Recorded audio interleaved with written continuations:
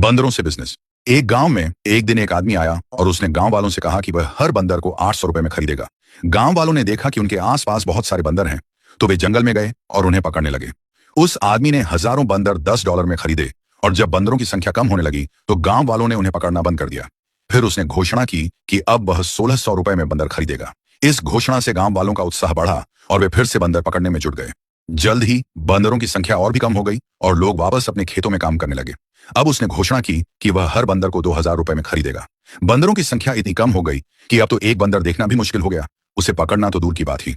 उस आदमी ने अब घोषणा की कि वह बंदरों को 4000 रुपए में खरीदेगा, लेकिन उसे कुछ काम से शहर जाना पड़ा, इसलिए उसने कहा कि अब उसका सहायक उसकी ओर से बंदर खरीदेगा। उस आदमी की गैर मौजूदगी में सहायक ने गांव वालों से कहा, देखो, इस बड़े पिंजरे में कितने सारे बंदर हैं जो उस आदमी ने इकट्ठे किए हैं। मैं इन्हें तुमसे 2500 रुपए में बेच दूंगा और जब वह आदमी शहर से लौटेगा तो तुम इन्हीं बंदरों को उसे 4000 रुपए में बेच सकते हो। गांव वालों ने अपनी सारी जमा पूंजी इकट्ठी की और सभी बंदर खरीद लिए, लेकिन उन्होंने उस आदमी या उसके सहायक को फिर कभी नहीं देखा। बस हर तरफ बंदर ही बंदर थे। असल में आदमी ने पहले बंदर खरीदने का लालच देकर गांव वालों से बंदर इकट्ठा करवाए और फिर अपने सहायक के जरिए उन्हें बंदर वापस बेचने का झांसा देकर उनके सारे पैसे ले लिए। अंत में गांव वालों को न बंदर बेचने का मौका मिला और न ही उनके पैसे वापस मिले। अगर आपको यह कहानी समझ आई है तो कमेंट करें बिजनेस और जिस दोस्त के साथ आप बिजनेस करना चाहते हैं उससे ये शेयर करें।